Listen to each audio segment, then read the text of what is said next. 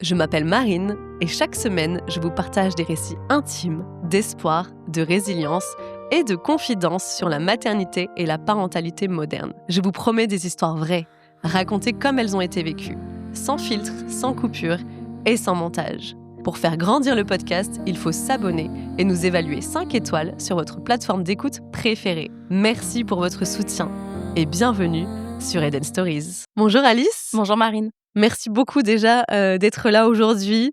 Ça fait quelque temps qu'on se parle toutes les deux et j'avais hâte de te rencontrer. Mais j'avais hâte aussi. En plus, je crois que tu es la première personne qui vient en bus.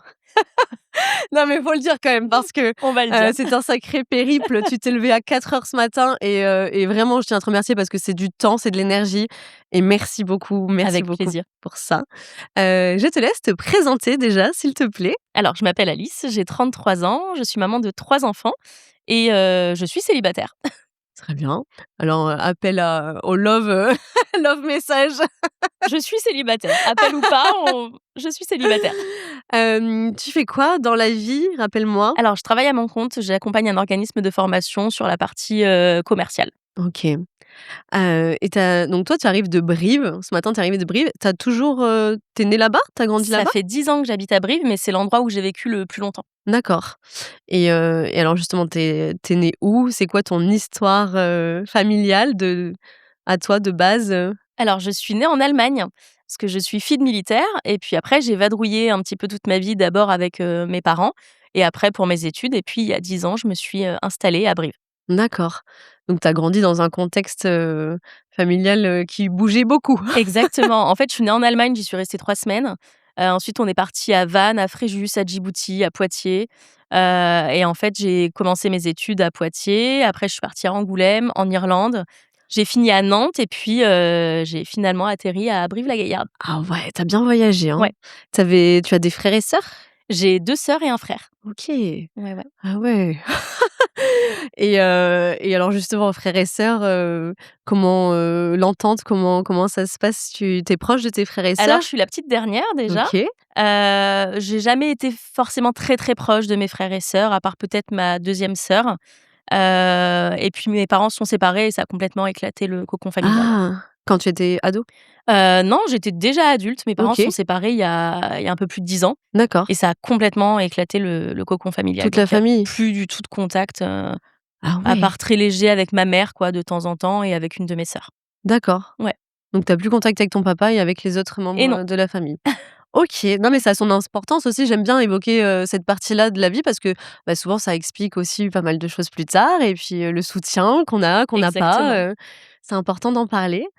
On parle souvent d'ailleurs forcément de la maternité. À quel moment je pose souvent la question, à quel moment on a envie de maternité? Quand on est jeune, quand on a des frères et sœurs notamment, souvent ça donne envie aussi de materner à son Complètement. tour. Notre schéma familial conditionne, je pense, l'âge auquel on a envie d'être parent, quoi. Bien sûr. Et toi, tu avais une petite idée quand tu étais enfant de toutes Je ces ne voulais choses? pas d'enfant.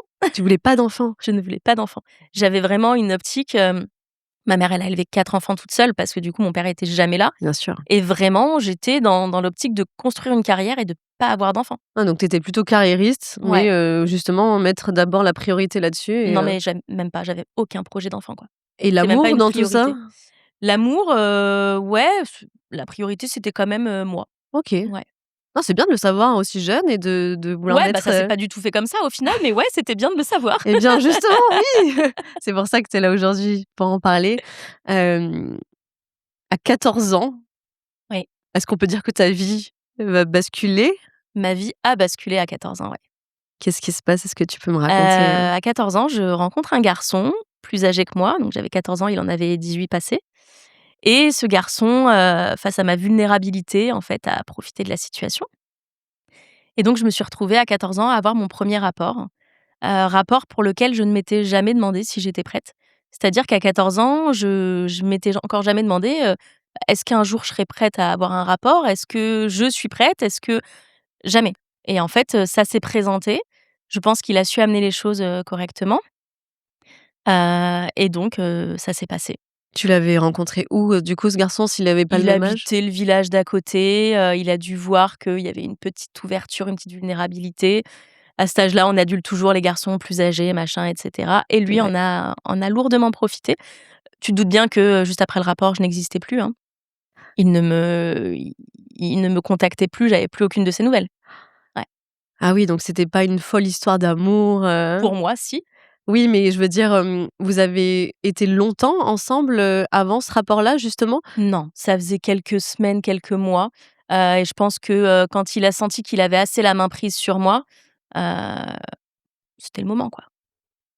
Et tu as plus eu de ses nouvelles, du coup, après Donc ça? c'est arrivé début juillet Ouais. et dans la foulée, plus de nouvelles, OK. et à la rentrée de septembre, en fait, ce qui s'est passé, c'est qu'au mois d'août, je me suis rendu compte que j'avais plus mes règles et à la rentrée de septembre, j'en parle à 2 copines qui me disent: «Bah, viens, on va lui dire, quoi. On va aller lui dire que tu as plus tes règles, machin». Et donc on y va, on va lui dire, je le revois, on était dans une espèce de parc, et on lui dit et puis il réagit super bien. Dans le sens où il me dit, «Oh là là, mais bah, on va faire ce qu'il faut, machin», vraiment il réagit super bien.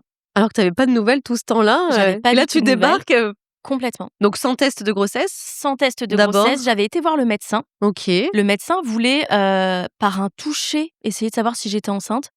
Ouais, Mmh. j'ai jamais fouillé, j'ai refusé, mais ça m'a semblé bizarre. Et tu étais allée toute seule chez ton médecin? Non, avec les 2 copines justement. Incroyable! Et donc il m'avait dit: «Bah, je vais vous envoyer au planning familial». Donc à l'époque, j'habitais à 45 minutes de Montauban. Il voulait m'envoyer à Montauban au planning familial.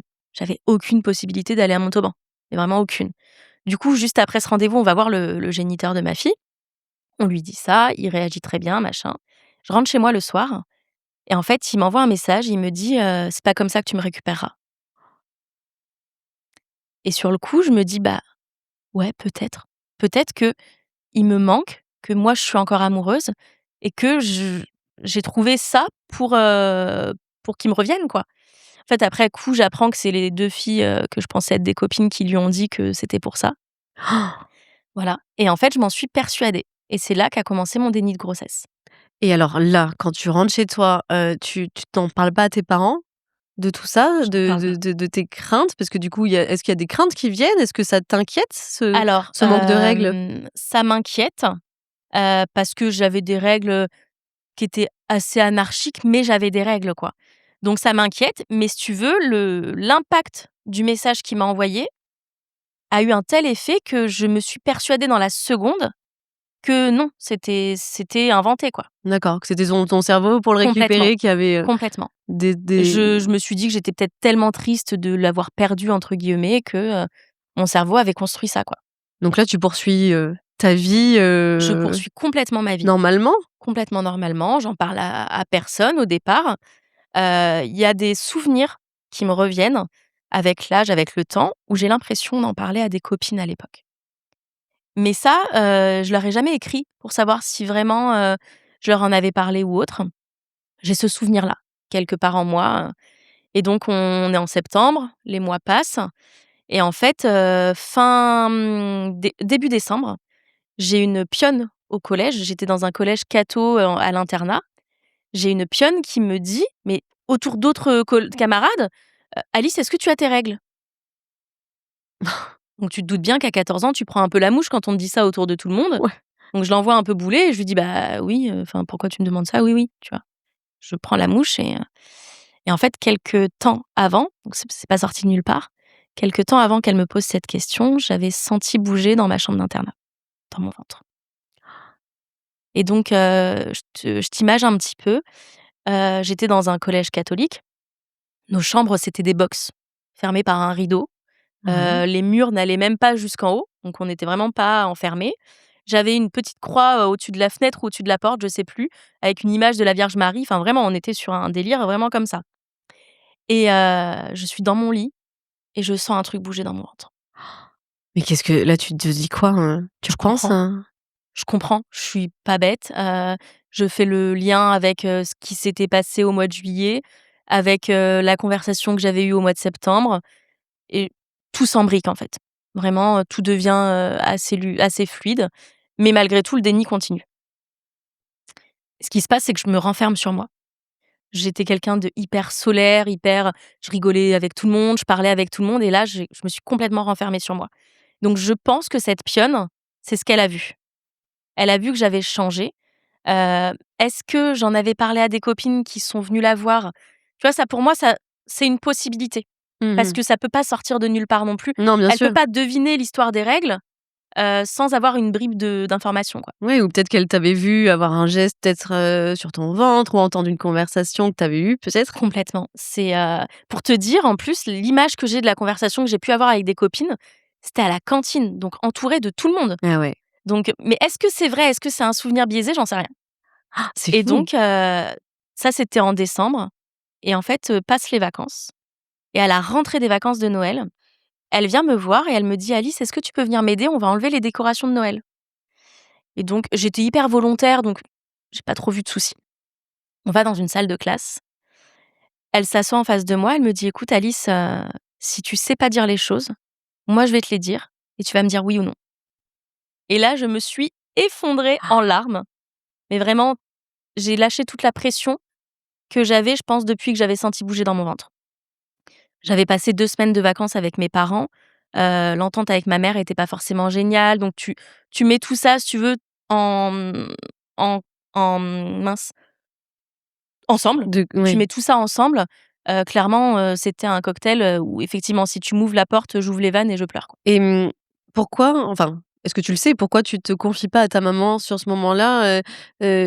Parce que tu t'entends pas Des forcément bien tabous. avec En elle? fait, tout ça, c'était très tabou. Il Ouais, faut savoir que quand j'ai eu mes règles, ma mère ne l'a pas su. OK. C'est-à-dire que je prenais ses serviettes hygiéniques, en Mmh, cachette, tu vois? d'accord. Ça ça a toujours été un tabou, que ce soit, les règles, la féminité, tu vois? Ma mère, elle pouvait avoir des remarques un petit peu blessantes parfois quand j'essayais d'être un petit peu féminine.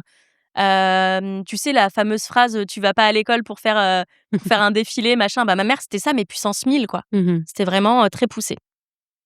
Donc arrive ce fameux jour où ma surveillante me dit ça, je m'effondre en larmes. Je lui raconte tout ce que je viens de te raconter là. Vraiment, je lui dis tout ça. Elle me dit: «OK, on va aller voir, on va aller à l'infirmerie déjà parce qu'il fallait que je me calme un peu». Donc je vais à l'infirmerie, on vient me chercher pour que je retourne en cours et puis le directeur vient me chercher. Le directeur du collège, il vient me chercher dans la classe et puis, je vais dans son bureau et là, il me dit: «Écoute Alice, il faut que tu le dises à tes parents. Je te laisse le week-end pour leur dire. Si tu n'y arrives pas, je les convoquerai lundi, on leur dira ensemble». C'était quelqu'un, d'une humanité sans pareil. Vraiment, en fait, il a été directeur d'un collège dans les quartiers nord de Marseille. Donc je pense qu'il a peut-être déjà été confronté à ce genre de choses. Sûrement. Mais au-delà de ça, c'était vraiment quelqu'un de très, très humain dans tout. Ça faisait, 1 an du coup presque, enfin non, ça faisait quelques mois que j'étais dans ce collège avec ce directeur et il avait toujours été très humain. Donc j'avais pas de crainte si tu veux. Quand il est venu me chercher, tout ça, je savais. Oui, au contraire, peut-être que tu t'es sentie écoutée et Complètement. épaulée. En fait, si tu veux, sa façon d'être de manière générale a fait que quand c'est arrivé, je me suis sentie libre de parler. Je me suis pas sentie jugée, je me suis sentie accompagnée et du coup, il me dit ça et là, je me dis: «Bon, bah, je vais appeler ma sœur». Donc j'appelle ma sœur, à l'époque, elle vivait à Paris et je l'appelle et je lui dis: «Marie, je suis enceinte». Et là, elle était au téléphone avec sa meilleure amie et elle me raccroche au nez. Elle répond à sa meilleure amie, elle lui dit: «Écoute, Noémie, je te laisse, il y a Alice qui me fait une blague». Elle me rappelle, je me revois, je te jure, je revois la scène. J'étais dans l'entrebâillement d'une fenêtre devant mon collège et je tremblais. Mais je tremblais, tu sais, de nerfs, en fait, j'avais l'impression que toute ma vie était en train de voler en éclats. Tout ce que j'avais essayé de mettre sous un mouchoir pendant plusieurs mois, bah, c'était en train d'arriver, quoi. Et puis il faut remettre les choses dans le contexte. Tu as 14 ans à ce moment-là, quoi. C'est ça. Et donc je lui dis ça. Mon père, à l'époque, il était à côté de Troyes, donc pas très loin de Paris, en célibat géographique et donc mon père prenait le train le soir pour rentrer à la maison pour le week-end. Ma sœur me dit: «Écoute, papa passe par Paris, je prends le même train que lui et on descend». Dans le train, elle dit à mon père. Donc elle le dit à mon père et mon père lui a fait comprendre qu'il fallait qu'elle s'en aille, quoi. Qu'il fallait qu'il digère le truc, «OK, tu me l'as dit maintenant, barre-toi, quoi, il faut que je digère le truc». Ils arrivent, à la maison. Toi, tu es déjà là? Moi, je suis déjà là. Faut savoir que je suis rentrée, ma mère est venue me chercher à l'arrêt de bus, donc quand je rentrais de l'internat et ma mère me dit, «Je t'ai je t'ai fait des courses». Cette histoire est très drôle. Ma mère me dit: «Je t'ai fait des courses, je t'ai acheté des concombres». En fait, je comprends que mon directeur l'a appelée pour essayer de lui faire comprendre les choses En gros, il lui a dit, «Vous avez pas remarqué qu'Alice avait pris un peu de poids?» Oh, c'est pas elle a pensé qu'il fallait te mettre au régime, Oui. quoi. Ma mère, elle s'est sentie, tu sais, la pire des mères, à qui on dit, «Dis donc, ce serait bien que tu surveilles un peu l'alimentation de ta fille, quoi». Donc ma mère, toute fière d'elle, elle me dit: «Je t'ai acheté tout ce que t'aimes pour faire un régime». Il faut savoir, parce qu'on va revenir en arrière 2 secondes, il faut savoir que quand je me suis rendu compte que j'avais plus mes règles, j'étais chez ma sœur parce que mes parents tenaient un kebab à l'époque et qu'ils voulaient que je m'en aille un peu du kebab pour moins manger de malbouffe et du coup, ils m'avaient envoyée en régime chez ma sœur pendant 1 mois et puis 6 mois après, le directeur leur dit: «Dis donc, votre fille, vous y faites pas trop attention, quoi, elle est un peu grosse». J'étais même pas grosse en plus, tu vois? C'est ça le truc. C'est qu'il a essayé de lui ouvrir les yeux pour qu'elle remarque un peu des trucs et qu'elle comprenne peut-être le message. Mais elle s'est complètement foirée, quoi. Elle a rien compris. Mais si tu veux, à l'époque, j'étais une gamine très pudique. Je portais des gilets en été, des trucs comme ça. On rentrait pas dans la salle de bain quand j'y étais, donc ma mère, elle était à 1000 lieues Mmh. de s'imaginer qu'un garçon avait pu profiter de moi, si tu veux. Pas Ouais. comme ça, quoi. Et donc, mon père et ma sœur arrivent et puis ils viennent dans la chambre et puis ils me demandent de soulever mon pull. Parce que ma sœur, elle était venue avec un test de grossesse pour te dire le déni familial, hein, vraiment. Ma sœur, elle arrive avec son test de grossesse, je soulève mon pull, ça datait du matin, donc mon ventre, il avait déjà pris une très grosse quantité Bien de sûr, volume, quoi. ça sort de suite, c'est à partir du moment C'est où on en sorti prend hyper conscience. rapidement et du coup, elle garde le test de grossesse pour elle, hein. Mon père arrive au même moment derrière, il voit mon ventre, il se fige un petit peu, quoi et là, il me dit, «Bah, écoute, on va aller le dire à ta mère, quoi». Et là, à l'époque, j'avais, du vernis, mais tu sais, juste sur le pouce. Il me restait une toute petite trace de vernis sur le pouce, donc ça glissait. Puis j'étais comme ça. Je te jure, je revois la scène, j'étais devant la table à manger, comme ça. Je frottais mon doigt contre le vernis, puis je stressais, je tremblais, et mon père dit à ma mère, «Assieds-toi». Puis ma mère, elle rigole: «Bah, qu'est-ce qu'il y a?» Il lui dit: «Écoute, assieds-toi, c'est déjà assez compliqué comme ça». Donc il lui dit de but en blanc, il la ménage pas, hein: «Alice est enceinte». Et ma mère, premier truc, c'est: «Comment c'est possible?» Parce que je te promets que même moi, si je fais un bond dans le passé, je me vois, à aucun moment tu peux imaginer que ça puisse arriver. Mais parce que encore une fois, j'étais même pas développée physiquement pour plaire à un homme dans ce sens-là. Tu vois? C'est pour te dire à quel point je suis tombée sur quelqu'un de mauvais. Je suis tombée sur quelqu'un qui a vraiment profité Mmh. d'une jeune fille. Oui, de ta vulnérabilité, de J'ai ton insouciance peut-être J'étais aussi? pas développée, j'étais même pas sexualisée, en fait, Mmh. tu vois? Donc c'est un homme qui m'a sexualisée avant même que je le sois, physiquement. Je sais pas si tu vois ce que je veux dire? Bien sûr, si, je Donc comprends. pour mes proches, ça a été un choc, phénoménal. Mmh. C'était vraiment très dur à encaisser, quoi. Donc ma mère apprend que je suis enceinte. Très compliqué, très, très compliqué pour ma mère. Le lendemain, on va à l'hôpital. Donc le lendemain, on était samedi. On va à l'hôpital et je crois me souvenir qu'on était allés au service des urgences. Parce que Bah oui. il y a un De toute façon, petit on fait degré quoi d'urgence. aussi? Et puis qu'est-ce qu'on fait dans ces cas-là? En fait, on avait besoin d'être accompagnés sur savoir quoi faire. Ça peut paraître bête, mais on sait comment se passe une grossesse au début, mais quand tu découvres une grossesse à 6-7 mois, personne te dit comment ça Oui, doit se parce que passer. toi, le calcul, il était vite fait de toute façon. Je C'était arrivé une savais, fois. c'était arrivé une fois, c'était la seule et unique fois. Donc je savais la date du rapport parce que forcément mon premier petit copain machin et cetera, On le note dans le journal je intime. sais exactement et donc on y va, on se fait recevoir par une infirmière d'une manière catastrophique. En gros, mon ventre avait déjà, bien pris et l'infirmière m'a fait la morale. Donc là, tu te dis: «Ma cocotte, tu es mignonne, mais tu arrives un petit peu tard, là. Tu vois bien que l'un dans l'autre», donc bref, elle nous fait la morale, mais on n'a aucun rendez-vous. C'est-à-dire que la nana, elle a devant elle une gamine de 14 ans, enceinte jusqu'au cou, elle l'envoie bouler, elle lui fait la morale, mais elle ne prend pas du tout les trucs en charge. Et alors, mais il te propose même pas de faire une Rien. écho? On me propose rien du tout. On repart, on va dans un magasin, dans un magasin pour acheter des vêtements, parce que forcément, et là, ma mère, je vois toute sa colère ressortir. Elle me dit en gros, «Il est hors de question que je me dirige avec toi vers les rayons, femmes enceintes. Tu as voulu te faire engrosser, tu vas chez les grosses». Je pense que toute sa colère qu'elle digérait, depuis 2 jours, elle a tout ressorti à ce moment-là et aujourd'hui, moi, j'ai 33 ans, j'ai une fille qui va avoir 19 ans, j'en veux pas à ma mère. Je pense que c'est un schéma de vie que tu ne te prépares tellement pas à vivre que tu réagis avec les armes que tu as à ce moment-là, quoi. Mmh. Et ma mère, elle en avait pas d'armes à ce moment-là. Et est-ce elle était peut-être aussi en colère contre elle-même de pas avoir vu venir, Je peut-être? pense que, tu sais, c'est comme, ton enfant qui va traverser la route. Tu vas avoir un sentiment de colère. Je pense que c'est ça. C'est qu'il y a un mélange de plein de choses. Tu vois, l'enfant, c'est: «Je lui ai lâché la main, donc il est parti». Donc la colère, elle est envers toi, envers ton enfant, envers l'environnement, envers plein de choses. Et donc c'est très difficile à gérer comme type de colère. Mmh. Donc j'en veux pas du tout à ma mère. Donc il se passe cette scène-là qui m'a marquée, hein, parce que du coup 19 ans après, je m'en souviens. Et donc le lendemain, le dimanche soir, et ça, c'est un truc que beaucoup de monde a du mal à croire, ma sœur a pris l'annuaire, elle a croisé page blanche et page jaune et elle a appelé une gynéco chez elle. Elle s'est faite envoyer bouler comme pas possible Un dimanche? et la femme lui a dit, un dimanche soir en plus, hein, et la femme lui a dit: «Vous venez demain à 12h30». Donc une femme que tu déranges chez elle un dimanche soir fait en sorte de te recevoir. Par contre, une infirmière sur son lieu de travail qui est censée te prendre en charge, elle t'envoie bouler. Donc cette femme, je la remercierai, toujours. Elle s'appelait Pascale Delouis. C'était une gynécologue à Montauban. Hem, je vais me mettre à pleurer. Tu Cette femme, peux, en tu fait, peux. si tu veux, elle a été d'une humanité sans pareil et c'est ce que j'ai tendance à dire, c'est que sur mon chemin, j'ai rencontré des gens, heureusement, humains. Et tu vois, même si je te parle de l'infirmière, c'est pas ce que je retiens de mon histoire. C'est vraiment toutes les personnes qui ont été très humaines. Et donc on y va le lendemain à 12h30.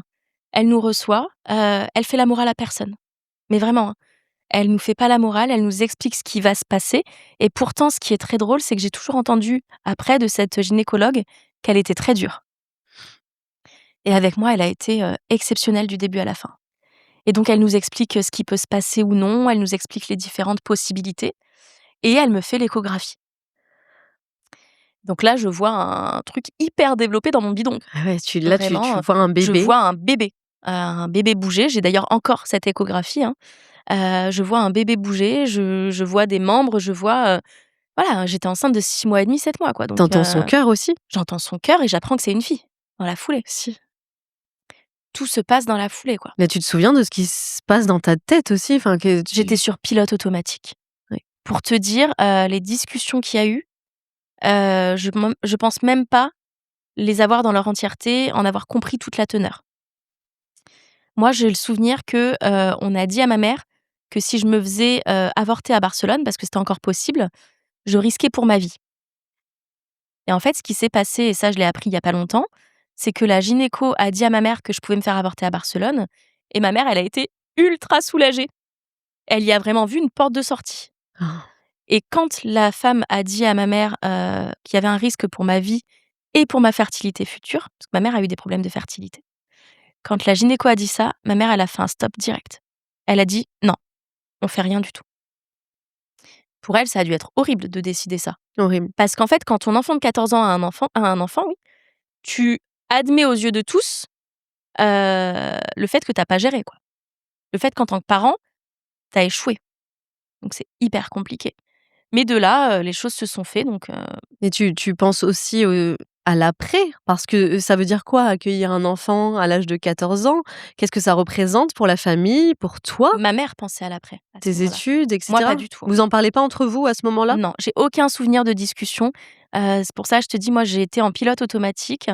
On ne m'a pas incluse dans toutes ces conversations-là. Mmh. Est-ce que j'étais là, mais volontairement, je me suis effacée? Tu vois, je pourrais pas forcément te dire. D'accord. Mais j'ai pas de souvenir d'avoir donné mon avis, à aucun moment.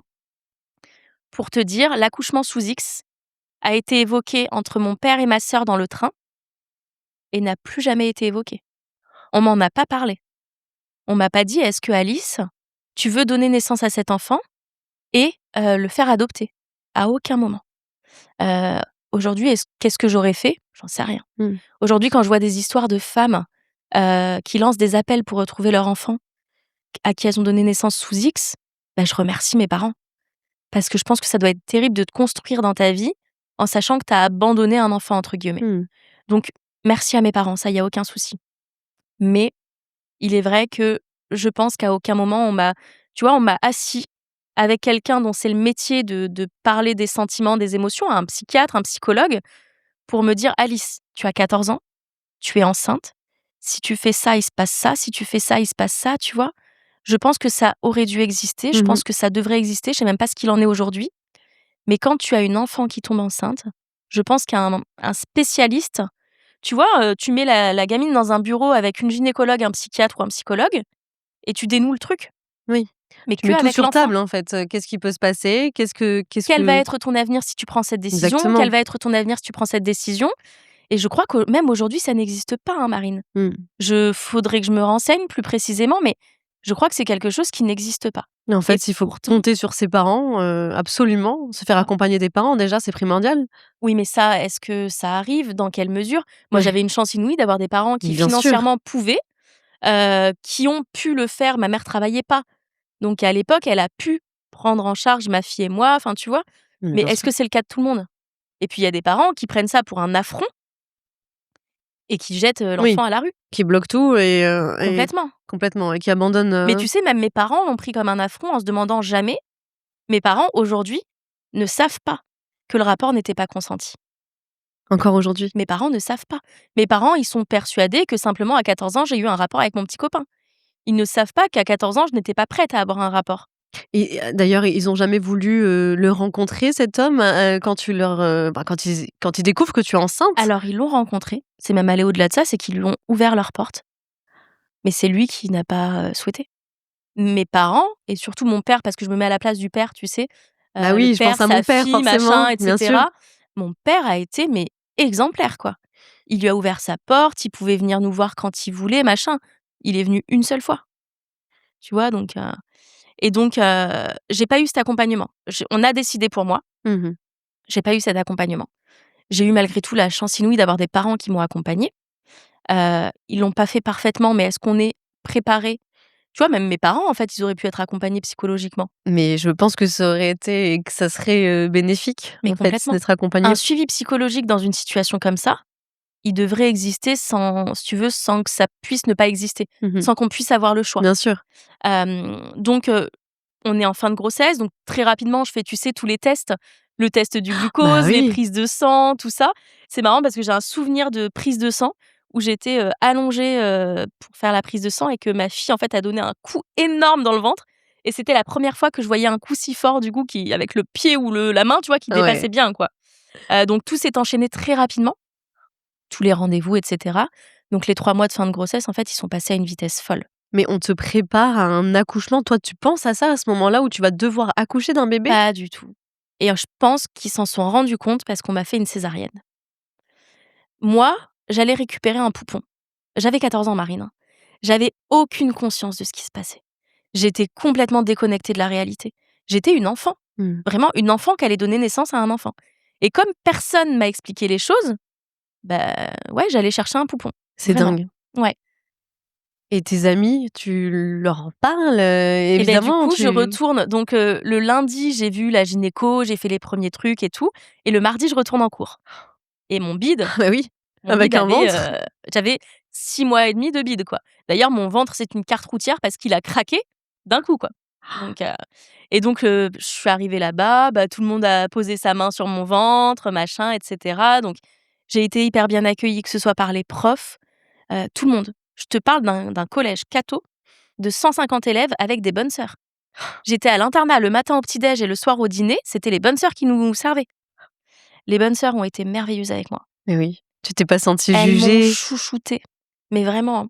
C'est les premières qui m'ont demandé une photo quand, j'ai accouché, machin. Elles m'ont vraiment, dorlotée. Les profs, pareil, il y a juste une prof, ma prof d'espagnol de l'époque, qui m'a clairement traitée comme, la reine des tempes, clairement. Vraiment, elle m'a jugée, au plus qu'elle pouvait, Sans connaître la véritable sans histoire, connaître forcément l'histoire, alors qu'aucun autre professeur l'a fait, hein. Je te jure, j'avais des profs et puis elle, c'était la prof la plus cool d'ailleurs. Ah ouais! Et tous les autres profs, qui avaient un tempérament plutôt dur, ils ont été, merveilleux. Vraiment je vais me remettre à pleurer, mais ce collège, si j'avais pas été là-bas, ça aurait été différent, je pense. Mmh, Et je pense que la vie m'a amenée là-bas d'ailleurs, hein, parce que c'était là-bas qu'il fallait que je vive ça. bien sûr. Et du coup, j'arrête le collège, début février. Tiens, je te mets Merci. ça là, au cas où. J'arrête le collège je vais le garder. J'arrête le collège début février. OK. Mon directeur fait en sorte que je reçoive les cours à la maison. pour que je ne sois pas, lésée, en gros. Donc le 10 février, j'arrête le collège, j'accouche le 10 avril d'une césarienne donc. Le vendredi d'avant, en fait, on me dit: «Le bassin est trop étroit, ce sera une césarienne programmée, mardi, 10 avril». OK, donc j'ai pas le temps de me préparer, machin. Tu pas le temps Et d'avoir pour te dire à peur? quel point j'avais pas conscience de ce qui allait se passer, c'est que je suis allée au bloc opératoire avec le smile jusqu'aux oreilles. J'avais conscience de rien, mais vraiment. Et donc j'arrive au bloc opératoire, une sage-femme est à mes côtés, très mignonne, elle me raconte que sa sœur a eu sa fille à 16 ans et cetera, vraiment un amour. Et là, la gynéco débarque dans le bloc et elle se met à gueuler: «Comment ça se fait que cette gamine, elle est toute seule? Où elle est sa sœur?» machin et cetera. Et en fait, la césarienne, tu pas autorisée à avoir quelqu'un à l'époque. Mmh. Et elle, c'était inenvisageable, quoi. Au final, c'était trop tard. Donc je suis restée avec cette sage-femme, qui a été adorable somme toute. Moi, avec la césarienne, si tu veux, je me demande pas Oui. pourquoi, mais j'étais shootée, on s'était levé tôt le matin, donc si tu veux, je dormais presque, quoi. Le fait de me dire que mon bébé allait arriver, j'y pensais même pas, quoi. J'étais là, je dormais, j'avais du Jean-Jacques Goldman en fond musical, c'était génial. Et donc j'accouche. Pour te donner une petite histoire, je sais pas Mmh. si ça va être pareil chez tout le monde, mais donc j'ai eu une césarienne, donc avec le champ opératoire, tu sais? Ouais. Et en fait, je me souviens que je voyais les médecins ou les infirmières faire comme ça. Et là, je leur disais: «Mais vous faites quoi?» Parce que du coup, j'étais déjà anesthésiée moi de tout en bas. Et en fait, ils étaient en train de me mettre la bétadine et donc je ne sentais rien et la seule chose que j'ai sentie, c'est qu'en fait, on me bougeait à l'intérieur. Si tu veux, je sentais qu'on appuyait sur mes côtes, des trucs comme ça. Mais le reste, j'ai rien senti. Donc vraiment, c'est même pas traumatique, si tu Oui. veux. Je, Oui, j'ai tu vois rien, tu ne sens presque rien. j'ai aucun souvenir traumatique et je pense que c'était aussi pour éviter une césarienne d'urgence qui Mmh. aurait pu être traumatique que Oui. la césarienne a été décidée. Puis on se doute bien que le bassin à 14 ans, c'est pas le même qu'une femme, plus mature, Eh beh, écoute, quand j'ai fait parce que j'ai refait un scanner de bassin, quelques années plus tard pour mon fils, a priori, j'aurais pu accoucher par voie basse même, 11 ans plus tôt. Ils ont peut-être préservé ton corps de ça Mon corps, mon et bien psychologique, sûr. tout, et je leur en veux pas. Enfin, il y a aucun Mmh. souci. Sur le coup, genre, je leur en voulais quand j'ai dû accoucher de mon fils, mais sinon je leur en veux pas. Et donc j'accouche, enfin, je fais ma césarienne, enfin, on me fait la césarienne et je vais en chambre et là, c'est pareil, je suis chouchoutée par tout le service, je suis mais on me traite, on me dorlote, enfin vraiment, à merveille, quoi. Ils te montrent ton bébé, à quel moment? Alors c'est ma sœur qui a ma fille en premier, parce que moi, du coup, je suis allée en salle de réveil et cetera. Et donc je monte en chambre et puis là, on me met ma fille et cetera. Mais il y a pas ce truc, merveilleux, tu vois? Et pas du tout, hein. Parce qu'il peut tellement se comprendre, Il y a Ouais, il y a un bébé, quoi. Il y a pas du tout d'euphorie de me dire: «Oh mon bébé, je t'ai attendu», tu vois? Pas bah, du non, tout, tout ça. bien sûr que non. Et en plus, j'étais très douloureuse de la césarienne. J'avais vraiment très, très mal. Rien que parler m'était douloureux, enfin, j'ai très mal vécu l'après-césarienne. On m'a forcée à aller au bain, mais je pense que c'était pour me faire marcher. Parce que je refusais de marcher tellement j'avais mal D'accord. et donc on m'a forcée à aller au bain, qui était dans une pièce à côté. Mais au final, j'ai fait un malaise parce que j'étais vraiment très, très douloureuse et je pense qu'à cet âge-là, ton corps, il est pas forcément préparé à de telles douleurs donc j'ai pas un très bon souvenir de cette partie-là, mais parce que médicalement, il fallait que je me mobilise de toute façon. Mmh. Donc on m'a fait descendre et monter les escaliers, tu vois? Des trucs comme ça, mais c'était obligatoire, c'était médical. La gamine de 14 ans l'a très mal vécu, mais aujourd'hui à 33 ans, je me rends compte que c'était juste, normal. Donc je rentre à la maison, quelques jours après. J'ai quand même des visites à l'hôpital de copines de l'internat qui viennent me voir, tu à 14 ans, Ah non, je tu vas visiter une copine qui a eu un c'est enfant. c'est très difficile de l'imaginer. C'était complètement fou et puis elles étaient toutes euphoriques. Elles étaient limite plus contentes Oui. de voir mon bébé que moi. Moi, j'étais contente parce que j'avais de la visite. Tu sais, à 14 ans, tu as de l'intérêt, les gens Ouais. s'intéressent à toi, c'est génial, machin. C'est tout, hein. C'est vraiment tout ce que je voyais, moi. Et donc je rentre à la maison. Donc là, on s'occupe un peu de moi parce que forcément, le contre-coup de la césarienne est très compliqué. J'ai beaucoup de douleurs, je fais des malaises à répétition. Donc ma sœur et ma mère, prennent soin de moi et de ma fille à ce moment-là. Et ma fille a 1 mois. En fait, elle pleure beaucoup. Et ce jour-là, j'ai, un réflexe, je me vois sur un fauteuil et tu sais, j'ai un peu une crise autistique où je vais me mettre, je peux dire crise autistique parce qu'a priori, j'ai un trouble du syndrome, du spectre autistique, donc je peux le dire, mais si tu veux, j'étais comme ça. Et je pleurais, je pleurais, je pleurais. Et ce jour-là, au 1 mois de ma fille, mais vraiment 1 mois tout pile, hein, et beh, je prends conscience Donc c'est seulement 1 mois après sa naissance. Donc tu imagines quand même 1 mois, tu construis, ta relation avec ta fille, où moi je construisais rien du tout et elle a 1 mois et ce jour-là, je comprends tout. Je réalise que j'ai 15 ans parce que non, oui, j'ai 15 ans, j'avais 15 ans, ça y est, que j'ai une enfant, que c'est pour la vie et que, bah, maintenant il va falloir assurer, quoi. Et ce jour-là, c'est très compliqué parce que, si tu veux, j'ai toute ma vie qui bascule. On pourrait se dire que ma vie, elle a basculé quand, je suis tombée enceinte, quand j'ai appris que j'étais enceinte et cetera. Mais j'étais dans un tel brouillard à cette époque-là que vraiment le basculement, il s'est fait ce jour-là. Et ce jour-là, je pense qu'il y a eu un truc dans ma tête qui a fait que, bah, ça y est, maintenant on y va. Ton avenir, tu le construis pour ta fille et puis tu vas faire tout ce qu'il faut. Et donc c'est là que débute vraiment ma vie de jeune maman. C'était devenu un moteur en quelque sorte ce jour-là? Ce jour-là, c'est mot pour mot ce que je dis. Ma fille a été le moteur de ma vie. Ma fille, en fait, sans elle, ma vie ne serait pas ce qu'elle est aujourd'hui. Et c'est pas sans elle, ma vie ne serait pas ce qu'elle est aujourd'hui parce que, ma fille a chamboulé ma vie, non. Parce que ma fille m'a sauvée et j'en suis persuadée. Je suis persuadée qu'aujourd'hui, ma vie telle qu'elle est, le fait que, j'ai une carrière dans laquelle je suis épanouie, que j'ai une vie dans laquelle je suis bien, que moi mentalement je suis bien, c'est parce qu'elle est arrivée dans ma vie. J'en suis persuadée. À quel moment, tu l'annonces aux géniteurs de ta fille, que la césarienne est programmée, qu'elle va arriver tel jour? Comment ça se passe à ce niveau-là? Alors, quelques semaines avant que la césarienne se fasse, ma sœur contacte le géniteur et elle lui dit, «Alice est enceinte et tu es le père». Et en fait, il va lui répondre que non, parce que je suis une pute et que c'est possible que ce soit 1 milliard d'autres mecs. Donc de là, moi Ouais. je me formalise pas parce qu'en fait, je suis droite dans mes bottes, je suis en accord avec moi-même, OK, c'est pas grave. J'avais le soutien de ma famille, c'est pas dramatique. Mais quelques jours avant, il se réveille et il reprend contact avec moi. Le prénom qu'elle a, c'est lui qui l'a choisi. Au final, on refait pas une personne, hein, c'était le prénom d'une de ses copines. On refait pas une personne. Mais il a eu son petit, voilà, son petit lien, il est venu me voir à la maternité, après l'accouchement et ensuite il y a eu donc l'histoire que je t'ai racontée. Mes parents lui ont ouvert la porte, il venait quand il voulait, il y a aucun souci et cetera. Après que tu aies accouché, Ouais d'accord. Mmh. et donc moi je lui écrivais, je lui disais: «Bah, là si tu veux, tu peux venir» et puis il avait toujours une bonne raison de pas venir et 1 mois après, mon père a une possibilité de mutation à Poitiers et donc on en discute et on avise sur le fait que de toute façon ça sert à rien qu'on reste proche du papa parce que de toute façon il vient pas. Donc on part. On part à Poitiers, ma fille avait 1 an, parce que du coup la mutation s'est anticipée, mais on a Mmh. décidé tout ça 1 an après.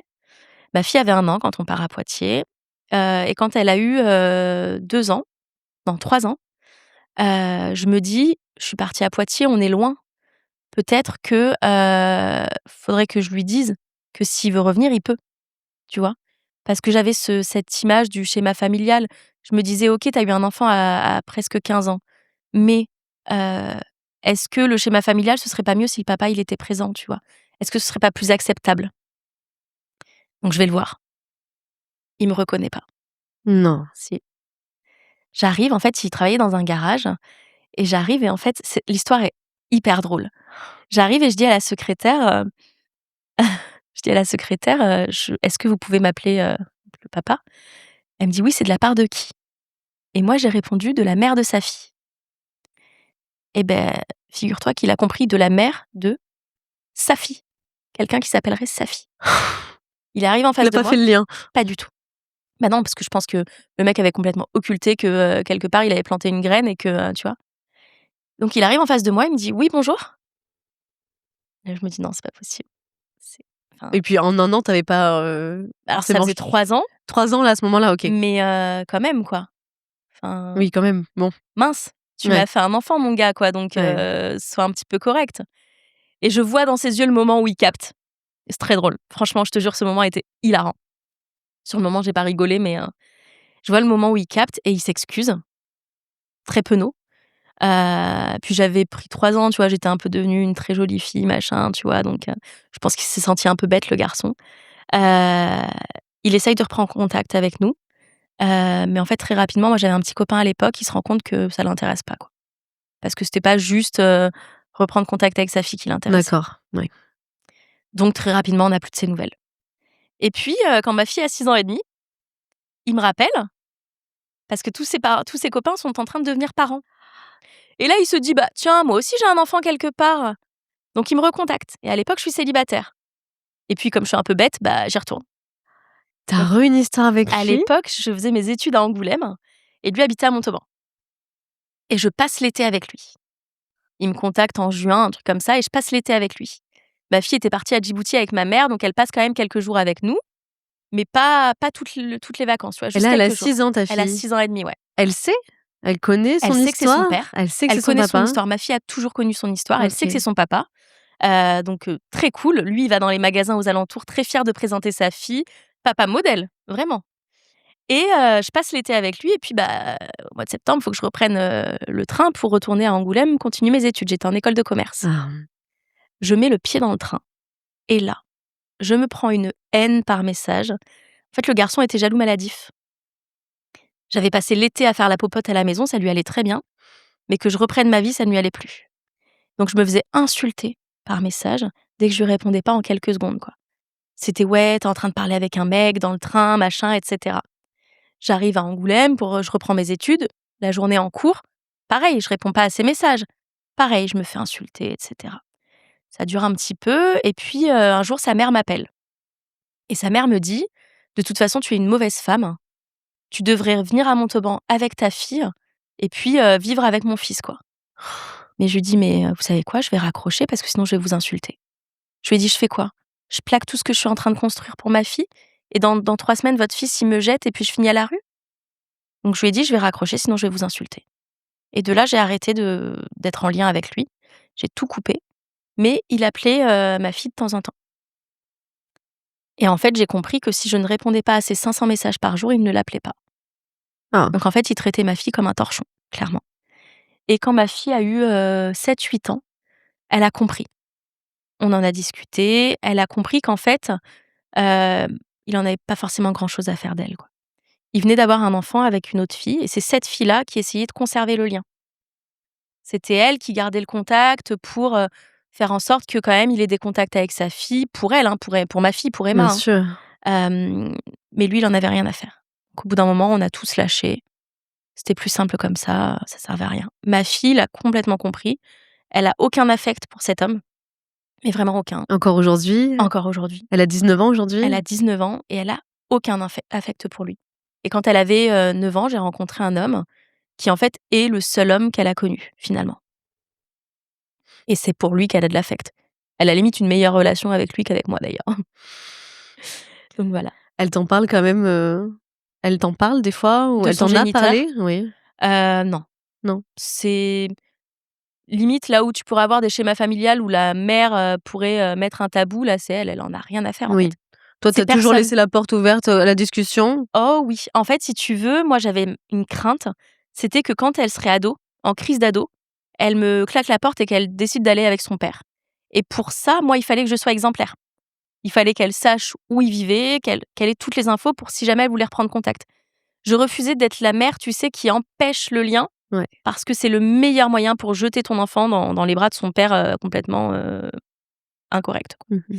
Donc moi, j'ai toujours fait en sorte que ça n'arrive jamais. C'était ma phobie, hein. Mmh. Quand elle était petite, ma phobie, c'était qu'un jour, elle Je me tourne comprends. le dos pour aller avec son père qui n'avait rien fait pour elle, quoi. Bien sûr. Et en fait, non, elle en a rien à faire de son père. À partir du moment où elle connaît toute l'histoire et elle a toutes les cartes en main, elle a eu toutes les cartes en main depuis toujours pour Exactement. choisir après. J'ai pas attendu, si tu veux, qu'elle ait 12 ans pour lui dire: Oui. «Voilà ton histoire». Son histoire, en fait, elle l'a appris, c'est assez drôle parce que elle l'a appris au compte-gouttes sur ce qu'elle pouvait savoir. Par exemple, l'histoire du rapport non consenti, forcément, elle l'a pas su à 7 ans, quoi. Bien sûr. J'ai attendu qu'elle soit en âge en fait, si tu veux, ce qui est marrant, c'est que souvent son histoire, les bribes de son histoire, elle les a su quand je les racontais. Parce que quand je rencontrais des personnes et qu'on en parlait, je faisais pas ça en dehors de ma fille. Tu vois? J'avais aucun problème à parler de son histoire à côté d'elle, parce que ça la concernait après tout. Oui. Et du coup, c'est vrai que je modulais. Il y avait des bribes de son histoire que je disais pas forcément devant elle, quand elle était pas en âge de comprendre et puis au fur et à mesure, tu vois, elle a eu toute son histoire dans l'entièreté, mais avec l'âge qui correspondait quand même.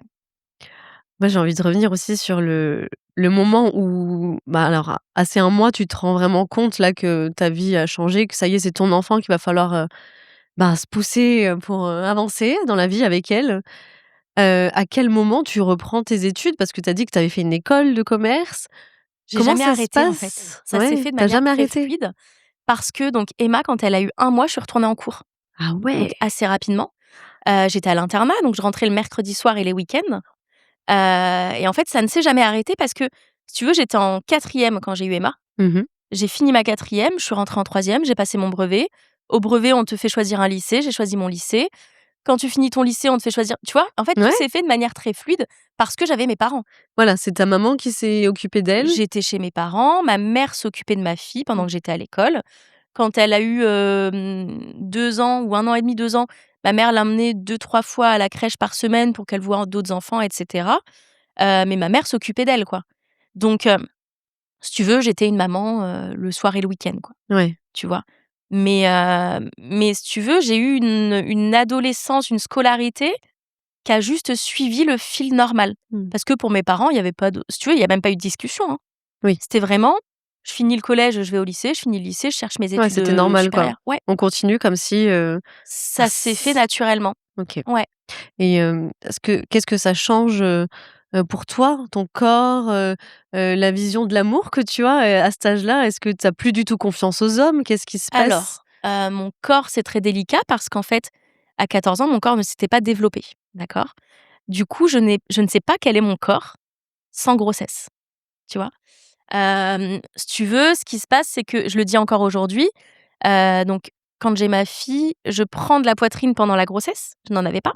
Mmh. C'est pour ça que je te dis que je n'étais pas sexualisée, hein. Il a vraiment Mmh. profité Ouais. d'une fille qui n'était pas sexualisée, hein. J'avais pas de poitrine, j'avais pas de forme, tu vois? Enfin, j'étais un petit peu rondouillette, mais pas de forme, de Mmh. femme, quoi. Mon ventre, bah, ça devient une carte routière à 14 ans. C'est hyper violent. Donc mon corps tel qu'il aurait dû être, je ne l'ai jamais connu. Donc, d'un côté, j'ai pas eu le tu sais, le déchirement de voir, son corps modifié quand tu as un enfant, tu sais, à 25-30 ans. Mais du coup, j'ai quand même ce deuil à faire d'un corps que je n'ai jamais connu. Je ne connais pas mon corps de femme pas abîmé par la grossesse. Ouais, je comprends. Ouais, c'est assez, ça, c'est quelque chose que j'évoque très peu finalement, mais il y a un deuil à faire quand même. Bien sûr, le rapport à son propre corps, encore plus chez une femme Mmh. et c'est très important, même pour toi, pour ton estime de Ouais. toi-même, pour, toutes ces J'ai choses-là. toujours connu mon corps abîmé, en fait. Mmh. C'est après aujourd'hui, je l'accepte complètement, hein, mais j'ai toujours connu mon corps abîmé. Tu vois, par exemple, les seins fermes et droits, je les ai connus que pendant mes grossesses. Parce que du coup, bah, j'ai pris pareil, hein, j'ai pris beaucoup de seins Ouais d'un coup pour Emma et oui, et du coup, bah, ils ont pris forcément. cher, hein, derrière, si Mmh. tu veux. Ouais. Donc c'est pareil, ma poitrine, je ne sais pas ce que c'est qu'une poitrine. Tu me diras, ça a été plus simple pour mes grossesses après, hein, mais j'ai fait ce deuil du corps que j'ai jamais connu, ouais. Alors justement, tu parles de tes grossesses d'après, tu as rencontré, du coup, l'amour. Après, est-ce que ça a été facile pour toi de faire confiance à un homme? J'ai eu aucun problème à faire confiance aux hommes. En fait, quand ma fille elle avait 4 ans, j'ai rencontré un garçon et en fait, ce qui est fou, c'est que ses parents ont complètement accepté, ma fille. Pourtant, il avait mon âge, hein, on avait, 18 ans à l'époque et en fait, un jour, il avait passé l'après-midi à la maison et sa mère vient le chercher et quand elle arrive, elle me dit: «Oh, c'est ta petite sœur?» Oui. et je lui dis: «Non, c'est ma fille» et en fait, elle a eu aucune réaction. Tu as dû être souvent confrontée justement à ce genre de questions, Bah, non? alors, tout le monde prend ma fille pour ma sœur, hein. Mmh. Encore aujourd'hui, c'est Encore très, aujourd'hui? ouais, ou même pour une copine aujourd'hui, hein. Mais cette femme, si tu veux, elle en a pas fait un fait. Ouais, C'était juste, bah, ouais, il y avait pas d'histoire à faire. ouais, C'était ma pas de fille, jugement, pas de rien, questions rien, derrière? vraiment que dalle. Et du coup, on a été, tu vois, quand j'étais invitée au repas ou en vacances avec eux, c'était avec ma fille. Il y avait pas de discussion, si tu veux, elle faisait partie de moi et puis, à part entière, quoi. Ça a été génial pour me construire Bien en tant sûr. que jeune femme qui avait un enfant. Ça veut dire que je n'ai jamais pris ma fille pour un handicap pour trouver l'amour. Parce que la première fois où ça m'est arrivé, ma fille a été complètement, acceptée Et donc quand j'avais 24 ans, 2016, ouais 24 ans, j'ai rencontré un homme, dans un contexte assez marrant, assez marrant. On a eu un incendie dans notre immeuble et en fait, le voisin du dessus m'a sorti de l'immeuble avec ma fille et un mois après, quand on a pu réintégrer les lieux, ils ont fait une fête et j'ai rencontré le papa de mes garçons. Voilà. Incroyable. Ça a été l'amour fou, immédiat en fait parce que si tu veux, le lendemain matin, il prenait le petit déj à la maison et Emma l'a adopté avant moi. C'est vrai? C'est-à-dire que pendant cette soirée-là, elle n'avait d'yeux que pour lui. C'était, elle a noué un lien avec lui complètement fou le soir même, quoi. Et le lendemain matin, il prenait le petit déj à la maison. Voilà, Incroyable. c'était assez fou, et donc une relation très belle entre 2, une relation naturelle, c'est-à-dire qu'on ne faisait rien sans ma fille. Et il en ressentait pas le besoin, Mmh. moi non plus. Ouais, il a jamais mis de côté, Jamais, mais c'était une évidence pour lui, hein. Je me souviens un week-end, on s'est fait un week-end au Futuroscope. Ma sœur habitait à Poitiers à l'époque et du coup, on avait laissé ma fille chez ma sœur la nuit pour qu'on se fasse un petit hôtel tous les 2. Bah, elle nous a manqué, tu vois? Mais autant à lui qu'à moi, quoi. ouais. Elle faisait partie de notre quotidien, il était pas question qu'on envisage des choses sans elle, quoi. C'était vraiment, et donc avec ce monsieur, quand on se rencontre, on ne veut pas d'enfant, Vous ne voulez pas, tous les 2. l'un comme l'autre. Toi, c'était, bon, déjà de base, tu voulais pas d'enfant avant ta fille. Et c'était la continuité. Ouais, après ça, tu t'es dit: «C'est bon, c'est Je plus voulais me faire jamais». ligaturer les trompes plus que tout. En Je plus. tannais mon médecin pour qu'il accepte de m'envoyer vers quelqu'un qui me ligature les trompes, quoi. C'était viscéral, je ne voulais pas d'enfant, pas d'autres enfants en tout cas. Mmh. Et ce monsieur pareil, en fait, il est tahitien, il voulait construire sa maison à Tahiti, machin. Il avait beaucoup de priorités, si tu veux, avant d'envisager quoi que ce soit, quoi. Et puis j'étais sa première relation en plus, donc il se projetait pas du tout comme ça, quoi. Et donc on se rencontre au mois de septembre et au mois de mars, il part en mission parce qu'il est militaire, on reproduit les Ah! schémas. Tiens, tiens. Tiens, tiens, un petit Oedipe. Donc il part en mission et moi, au même moment, je pars en formation à Paris et en fait, dans l'hôtel dans lequel j'étais, les odeurs me dérangeaient, c'était un enfer et là, je me dis: «Merde, est-ce que je serais pas enceinte?» Et donc je lui en parle, alors que je lui avais toujours dit: «De toute façon, le jour où tu apprendras que je serai enceinte, c'est parce que j'aurai déjà avorté». Je lui avais dit ça. Je lui avais dit: «Tu ne le sauras même pas». Ce jour-là, je lui en parle et en fait, il me dit: «Bah, fais un test, machin». Je vais faire un test, le test est négatif et là, on se retrouve comme des cons tous les 2 parce qu'on aurait bien aimé qu'il soit positif C'est vrai?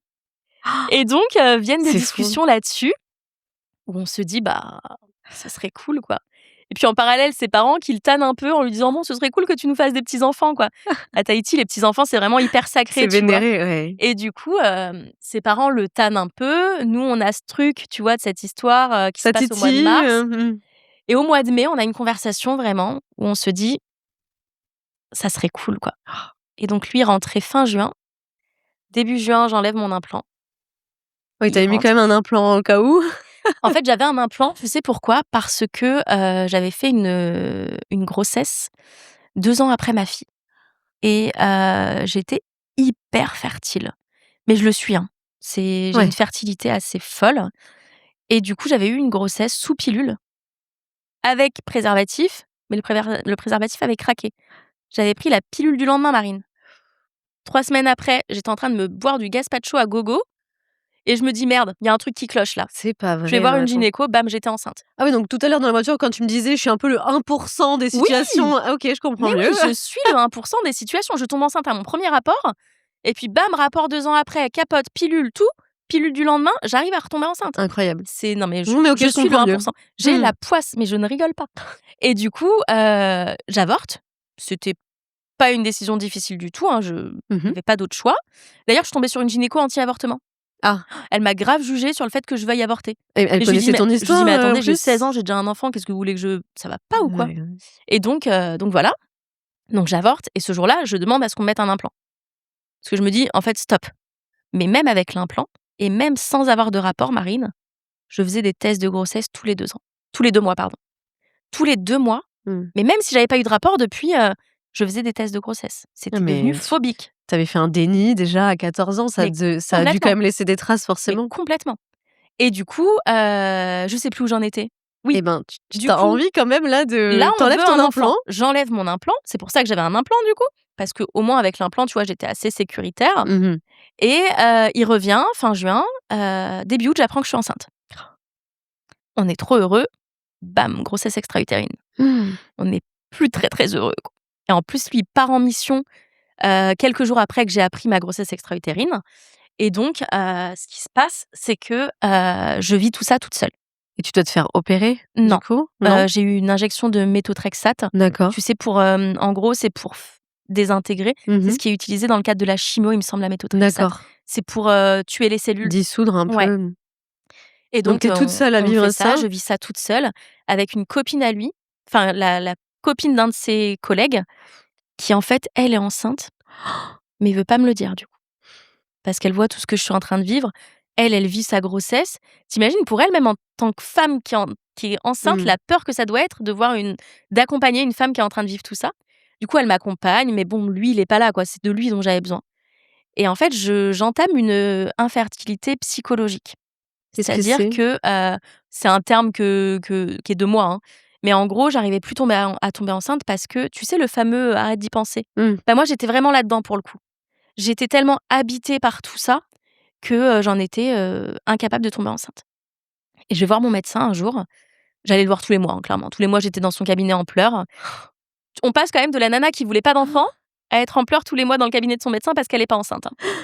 Je vais le voir, un jour, une énième fois et il me dit: «Alice, votre corps là, imaginez un aquarium dans lequel on secoue un bâton». Beh, il me dit: «Faut laisser le temps, que l'eau, elle redevienne claire». Et cette image, elle m'a vachement aidée et je vivais beaucoup moins mal le fait de pas réussir à tomber enceinte. Puis je me dis: «Tiens, j'aimerais bien rentrer dans l'armée». Ça n'a rien à voir, hein, je passe du coq à l'âne, mais je te jure que ça a un lien. Je me dis: «Tiens, j'aimerais bien rentrer dans l'armée». Parce qu'en fait, j'avais fait des études de RH, justement parce que je voulais être RH dans Ah! l'armée Dans l'armée, OK. et je me dis: «Bah, c'est le moment». Ma fille, elle est relativement grande. Le beau-père, il partait pas, donc il aurait pu gérer, tu vois, pendant que je faisais mes classes, des trucs comme ça. Je lance le process, je me mets à fond dans le sport et je tombe enceinte. Voilà. Mais parce que ça pouvait pas se passer autrement. Mais non! J'y pensais plus. Tu vois, c'est pour ça que je trouve Bien ça sûr. terrible cette phrase de, heu: «Arrête d'y penser, tu arriveras à tomber enceinte» parce que quand tu es dedans de toute façon, Tu es obligée d'y tu es penser. obligé d'y penser et puis surtout, c'est complètement faux, quoi. Mmh mh. Moi, c'était mon cas parce que je faisais qu'y penser et que je connaissais ma fertilité de base, donc oui, c'était mon cas. Mais c'est pas le cas de tout le monde, quoi. Et du coup, je tombe enceinte. Je le vis super mal. Tu le vis mal? Je le vis super mal parce qu'en fait, si tu veux, j'apprends que je suis enceinte le jour où on m'appelle pour me donner ma date de test pour rentrer dans l'armée Ouais. et du coup, je ne réponds pas au recruteur de l'armée, volontairement. Sauf que le père de mes enfants est militaire, donc comme je réponds pas, il l'appelle et le père de mes enfants qui lui dit: «Bah oui, mais c'est normal, elle est enceinte». Moi, je suis dégoûtée, j'étais vraiment si tu veux, j'étais presque à me dire: «Attends, peut-être que ça va pas durer», tu vois? Peut-être que la grossesse, elle va pas durer. Pour te dire à quel point la meuf, Mmh elle est mh. complètement cinglée, quoi. Elle la veut la grossesse et une fois qu'elle est là, elle se dit: «Peut-être que, Ouais et en même temps, tu avais un on pied dans n'est un autre pas à l'abri», projet, tu vois? C'est ça c'était délicat. Mmh. et puis finalement, j'accepte complètement cette grossesse. Je suis terriblement heureuse, le papa est terriblement heureux, donc on vit ça vraiment, voilà, de manière Et Emma, comment tu lui annonces cette grossesse? Emma, je lui annonce, elle devait partir en voyage scolaire en Angleterre et je lui annonce juste avant qu'elle parte parce qu'en fait, elle était très dure avec moi à cette période-là et je voulais lui faire comprendre que ce serait bien qu'elle soit un petit peu cool avec moi parce que là, je vis un truc assez fort, quoi et Emma, elle était trop contente et en fait, elle était contente parce qu'elle allait avoir un petit frère ou une petite sœur, mais elle était aussi très contente pour moi. En fait, j'ai une fille, hem, qui même dans la façon dont elle a été une enfant, a toujours, vachement pris en compte mes sentiments. Beaucoup moins à l'adolescence, on va pas se mentir, mais quand elle était enfant, ouais, elle prenait vachement en compte ce que je ressentais. C'est terrible à dire, hein, parce que c'est pas son devoir en tant qu'enfant, mais voilà, ça existait. Du coup, elle était très heureuse pour moi. J'ai d'ailleurs une vidéo où elle apprend que j'attends un garçon et où elle dit: «Je suis trop heureuse pour toi», parce qu'elle savait que je voulais un garçon. C'est-à-dire que vraiment sa première pensée, elle avait 11 ans, hein, sa première pensée, c'est de dire: «Je suis trop contente pour toi». C'est pour toi, ouais. Elle m'a dit, «Tu dois être trop contente» ou un truc comme ça. Vraiment, sa première pensée, elle C'est était beau, pour moi. hein. Ouais, c'était magnifique. Donc on vit tout ça tous les 3. On vit vraiment, on est sur un petit nuage. On vit vraiment tout ça, on va se balader, on prend des photos, enfin Et vraiment puis tu vis une grossesse que tu avais pas eu je vis une tu avais grossesse pas du début à la vécue? fin. Ouais. Je vis une grossesse avec le papa. Alors il était assez absent, mais malgré tout, il était présent, tu vois? Mmh. C'est pas grave ça. Je vis toutes les étapes de la grossesse, tous les rendez-vous, Tu projettes? je projette, j'ai le temps de me dire: «Est-ce que ça sera une fille? Est-ce que ça sera un garçon?» Tu vois? Je vis tout ce que je n'ai pas vécu sur ma première grossesse et puis accompagnée par un homme, bien, profondément bon, Mmh. qui m'aime, qui tu vois? C'est tout ce dont j'aurais pu rêver, quoi. C'était merveilleux.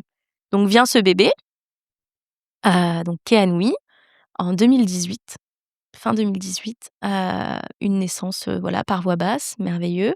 J'ai échappé à la césarienne parce qu'on avait peur que je doive faire une césarienne, j'y ai échappé. Un accouchement qui a été relativement long, mais qui s'est merveilleusement bien passé. J'ai poussé 3 minutes et puis c'était réglé, quoi. Donc Parfait. en soi, ça allait, j'ai pas à me plaindre.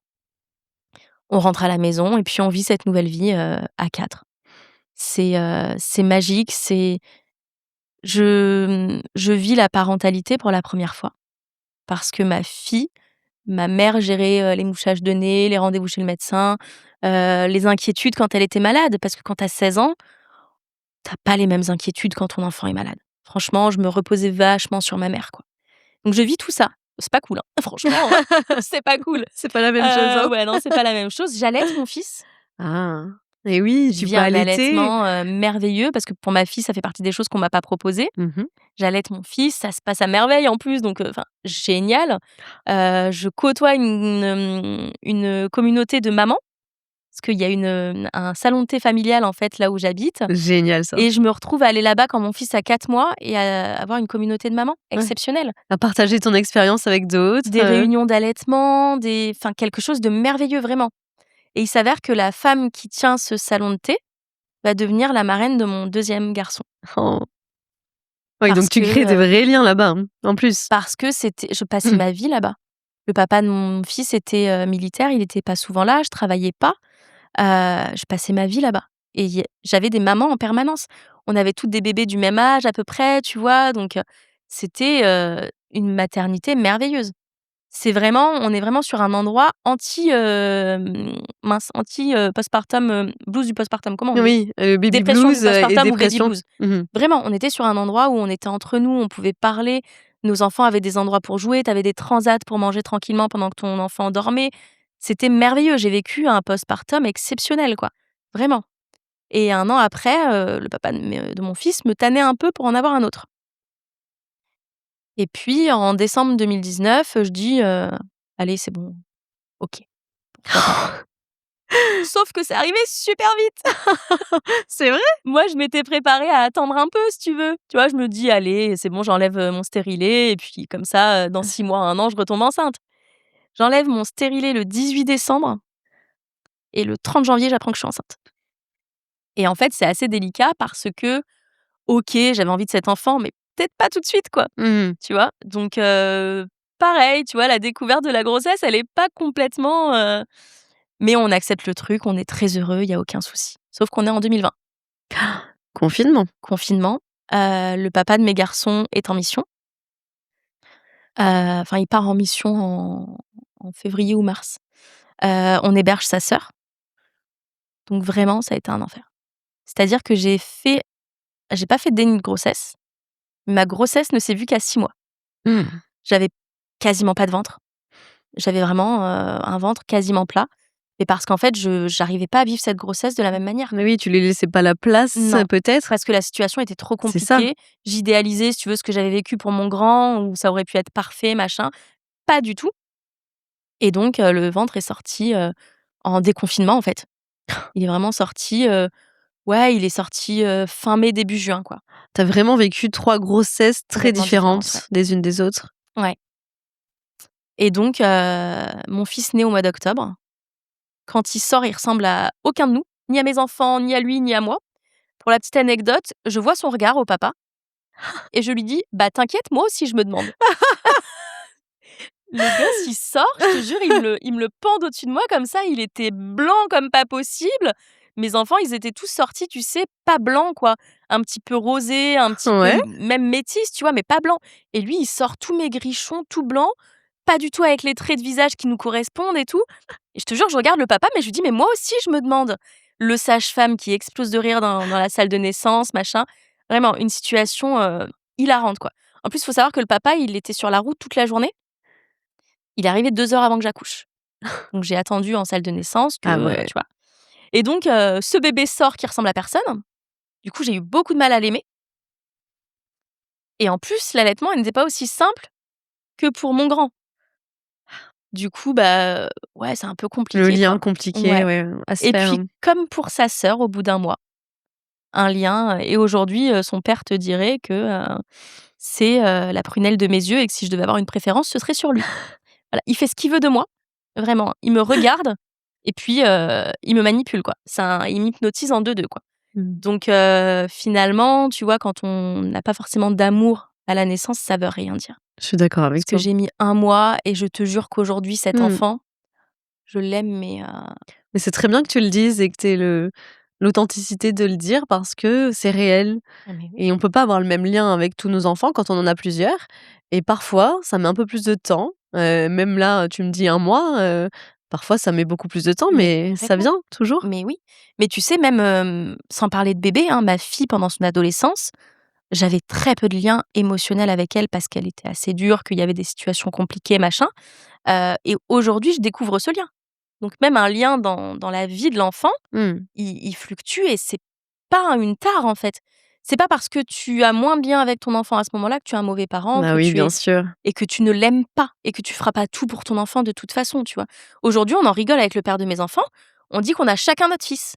Parce que lui, il a beaucoup plus de liens avec le grand et moi beaucoup plus avec le petit, mais on aime quand même nos 2 enfants. Donc Oui tu vois, c'est et ça, pas c'est le cas en ce moment, peut-être que dans 2 ans, ça sera l'inverse, toi, tu seras mais oui, plus mais proche de l'autre. surtout que le plus grand, quand il était petit, il n'avait d'yeux que pour moi, Mais c'est tu ça. vois? Son Mmh. père, quand il le prenait dans les bras, il me regardait, il me suppliait du regard de le récupérer, tu vois? Donc c'est ça veut rien dire. Sur l'éducation, sexuelle pour, bon, tu as eu 2 garçons après, mais pour ta fille, Je comment ne suis pas un exemple. tu as mis les choses en place? Oui, alors tu peux dire que tu es pas un exemple, mais justement, est-ce que tu t'en es servi pour mettre un point d'honneur sur cette éducation-là? Non, j'ai Hem clairement eu un effet traumatique. En fait, si tu veux, dans ma vie, dans mon adolescence à moi, c'était un tabou, la sexualité, Mmh. tout ça. J'ai pas du tout eu d'éducation sexuelle et en fait, c'était un tabou en mode, bah, faut pas en parler, c'est pas bien d'en parler, machin et en fait, j'ai fait un truc avec ma fille qui est complètement un non-sens, c'est que j'ai diabolisé ça. Vraiment, c'était, bah, si tu as un rapport, tu tombes enceinte, tu auras un enfant jeune, tu vois? J'ai complètement diabolisé le truc, j'ai j'ai pas fait mieux que mes parents, tu vois? Mmh. Je J'ai cherché à faire différemment, mais j'ai pas fait mieux et puis chaque personne est différente. Tu vois, je vais te donner un exemple, les règles. Ouais. Moi, c'était un tabou dans ma famille. Donc pour ma fille, j'ai voulu tout faire pour que ça soit pas le cas. Donc je lui avais préparé une petite pochette avec tout ce qu'il fallait, tu vois, vraiment parfaitement. Ma fille, quand elle a eu ses règles, elle ne m'en a pas parlé, tu vois? Ouais. Donc tu peux faire différemment, chaque personne est différente. J'ai fait comme j'aurais voulu qu'on fasse avec moi, Mmh. mais c'est pas forcément la façon dont il fallait faire avec elle. Ouais. Parce que chaque personne est différente et en tant que parent, c'est hyper compliqué. Parce que ton éducation, souvent, tu la bases sur ce que tu penses bien. Mais ce que tu penses bien pour toi, ça ne l'est pas forcément pour ton enfant. Ton enfant est différent de toi Mmh. et donc et puis tous tes enfants sont différents. Tu vois, je vois mes parents, ils ont eu 3 filles, ça doit être super compliqué. Parce qu'en fait, 3 c'est pour ça que je rêvais d'avoir des garçons après ma fille, hein. Parce qu'en fait, 3 filles, tu peux pas faire bien pour les 3 parce qu'en fait, elles sont toutes différentes. C'est vrai. Puis toi, tu as ta propre personnalité. Il faut pas Mmh. oublier que le parent est humain aussi, hein. Donc il y a tout ça à prendre en compte. Mais moi, je sais que j'ai pas bien fait pour ma fille. J'ai aucun problème à le dire parce qu'aujourd'hui, elle a 19 ans et que Dieu merci, elle n'est pas tombée enceinte à 14 ans. Mais je sais que j'ai mal fait avec ma fille, j'en suis sûre. Mmh. Et justement, les garçons, alors ils sont encore un peu petits les garçons, mais tu comptes, qu'est-ce que tu comptes faire avec eux? Bah, en fait, le problème, j'ai j'ai honte de le dire, mais je l'assume. Le problème, je sais que je vais être complètement différente avec mes garçons. Je sais qu'ils auront beaucoup plus de liberté.